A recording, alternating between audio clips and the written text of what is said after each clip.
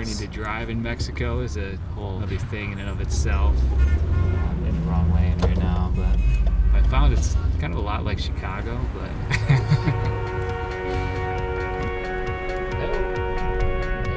I had a friend from Michigan who was coming down as a youth pastor to work with Spectrum, and he invited me to come with him. And man, I'll tell you, that first time was culture shock for me coming in. I felt like one of the kids.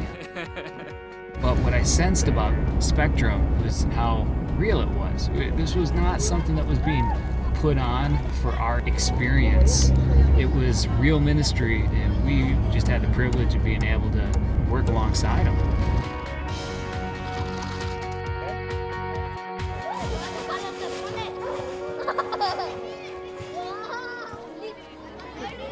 That's good, ebb and flow. And it's always good to have I always try and do that. September 2012, I was out mowing the lawn, and Becky said, "Hey, Aaron's on the phone for you."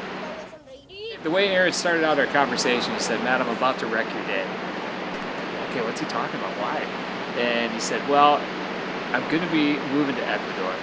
I'm like, "Aaron, I know, you already told me that." And he said, "But I didn't tell you this. We want to ask you to consider coming here and taking over as director of Spectrum Ministries." And he had not told me that. And never in a million years did I see that one coming. He did kind of wreck my day. Things were good there in Michigan. It was what we were used to. Oh yeah, that's perfect. This was not in my plan at all. I would never have thought we'd be standing here today. Aaron had just called me and asked me to consider turning our lives upside down, leaving everything behind.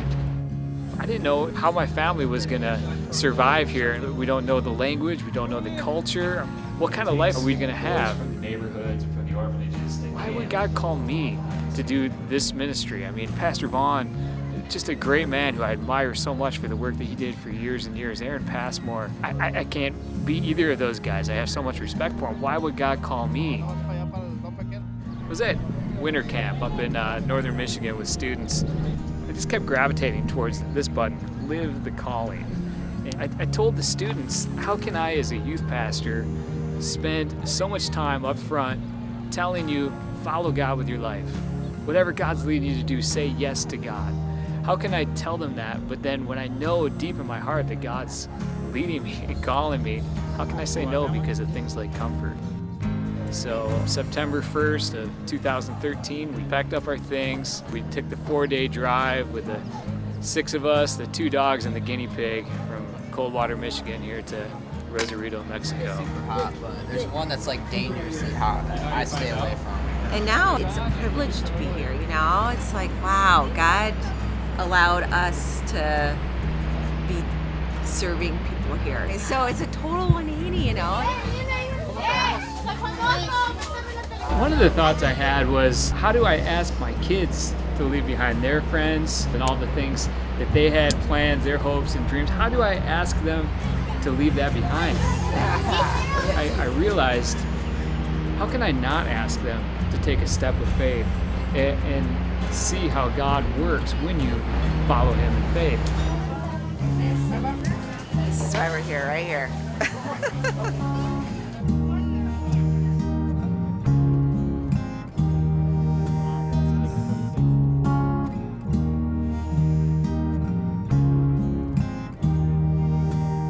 I still don't have what it takes. I'm on my knees every day. This has been great for my prayer life because I know I'm way in over my head without Him. But God has called us here to do His work, and I'm living the calling.